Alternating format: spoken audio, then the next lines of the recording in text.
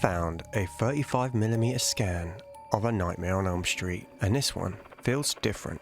Not because Freddy suddenly has more detail. Nobody needed forensic access to his face. What struck me was how unstable the movie felt. The shadows breathe, the suburban houses look warm and ordinary, but the image never feels completely safe.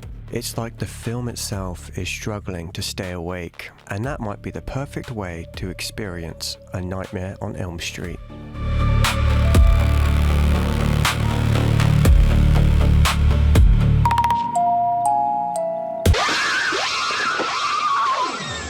Where's your pass? Screw your pass. Because this is not really a movie where dreams interrupt reality. Hey, Nancy! No running in the hallway. It is a movie where reality slowly forgets how to defend itself. The most important location in the film is not the boiler room, it's Elm Street. That normality is essential. Freddy works because he invades the place that should feel safe. He doesn't live in a gothic castle, he lives behind your eyelids. Are you still watching? Yeah, so? I'm just checking. The 35mm scan makes the ordinary world feel warmer and more lived in than some cleaner presentations. The skin tones feel human, the houses have softness, daylight has a slightly faded domestic quality. That's just not reality, Nancy. It's real, Mama. Feel it. Give me that damn thing. It even has his name written in it. Fred Krueger, Mom. Fred Krueger.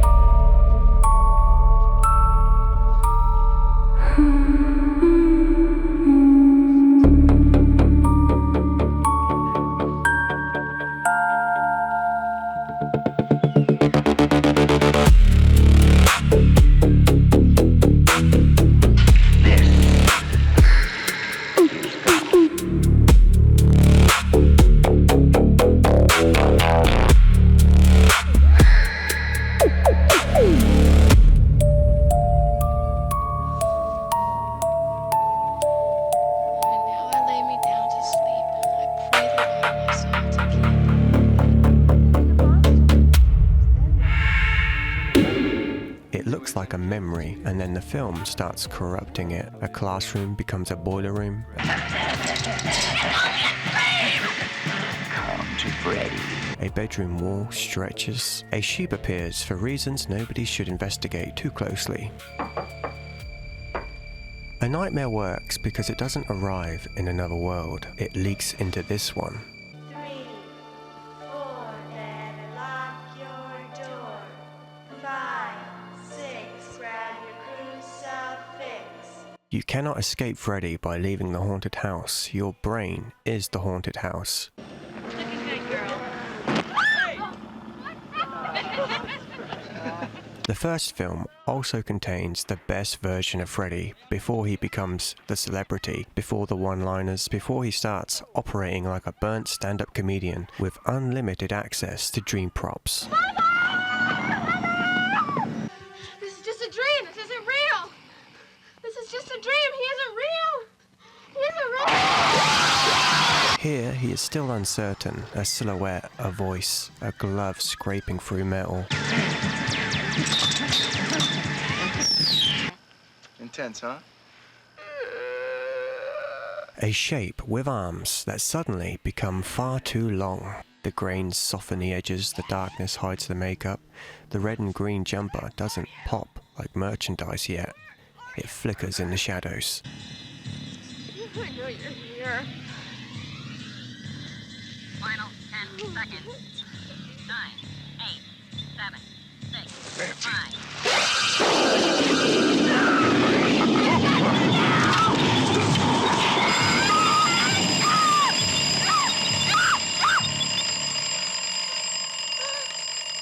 Freddy feels like a designed character, more like something the image cannot fully contain, and this is what makes him frightening, not that he looks real, that he looks wrong. It's a sleep paralysis complaint waiting to happen. The effects are where this version really comes alive, because the film's nightmares were not created as perfectly polished digital visions. I'm crazy after all. They were built. Rotating rooms, stretching material, reverse photography, hidden rigs, physical sets doing things rooms are legally discouraged from doing. When Tina is dragged across the ceiling, the scene is terrifying because the room feels physical. She hits the walls, she slides across the ceiling. Rod watches from below, unable to understand the mechanics of what is killing her. Neither can we. This is the beauty of the practical effect.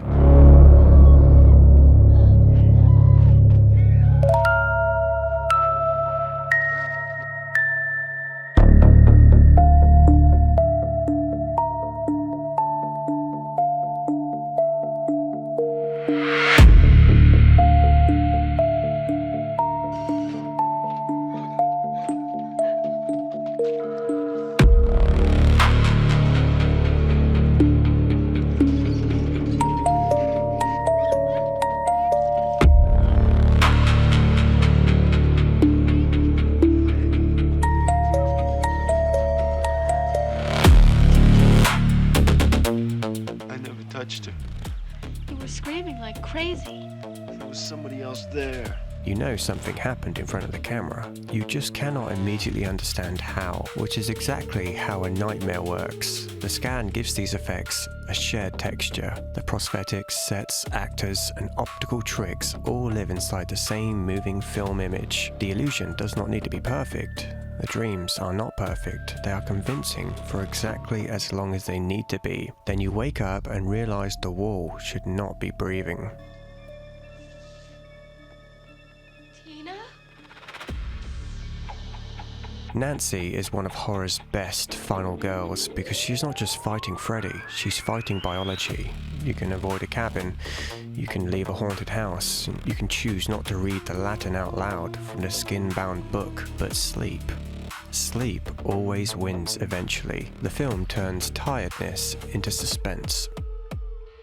Every blink becomes dangerous, every quiet room becomes a trap. The body starts shutting down while the mind begs it to stay open. And in the scan, Nancy's exhaustion feels almost tactile.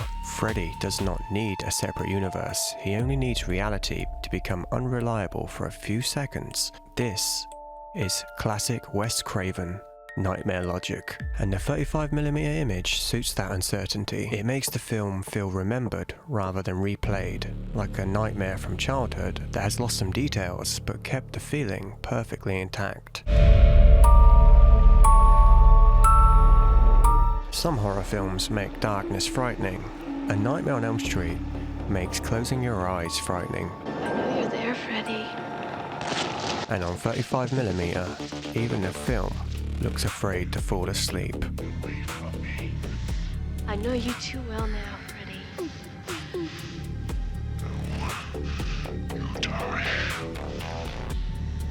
It's too late, Krueger. I know the secret now. This is just a dream.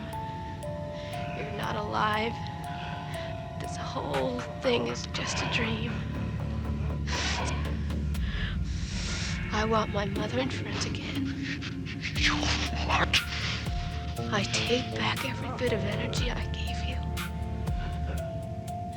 You're nothing.